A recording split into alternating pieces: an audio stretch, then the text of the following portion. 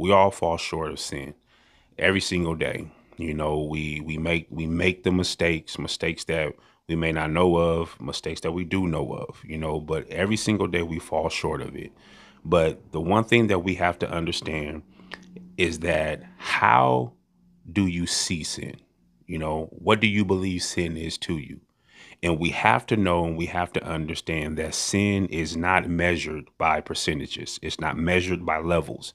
It's not measured as saying this sin is worse than this one and this sin is, better than that one. So this is all that I do. Sin is sin. Sin is sin.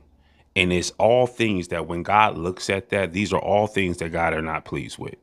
So first, let's get that through our head and let's understand that it does not matter if you have an individual that, deals with lust or deals with pornography or deals with alcohol or drugs or, deals with, whatever the case may be, or stealing or robbing or whatever the case may be. It doesn't matter if you look at those sins as being these high top priority of sins, that doesn't matter. That sin right there to God is just as bad as the individual who tells a white lie. It's just as bad as an individual who gossips. It's just as bad as an individual who manipulates, an individual who cheats, an individual who goes around and spreads rumors. Whatever the case may be, sin is sin. So that's something that you have to get through your head and you have to understand. How do you see it?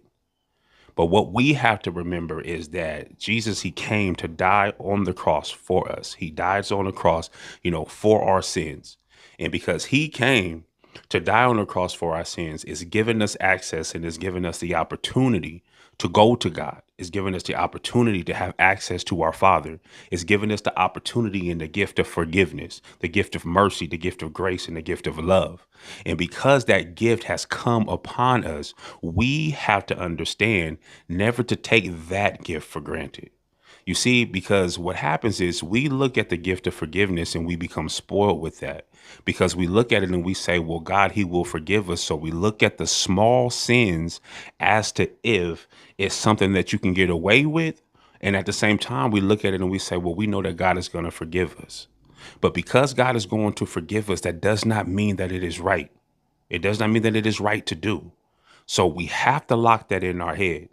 We have to lock it in our head and we have to learn how to look and we have to learn how to realize. We have to learn how to navigate our way through this life that we live in this world to understand that sin is sin. And once you realize that sin is sin,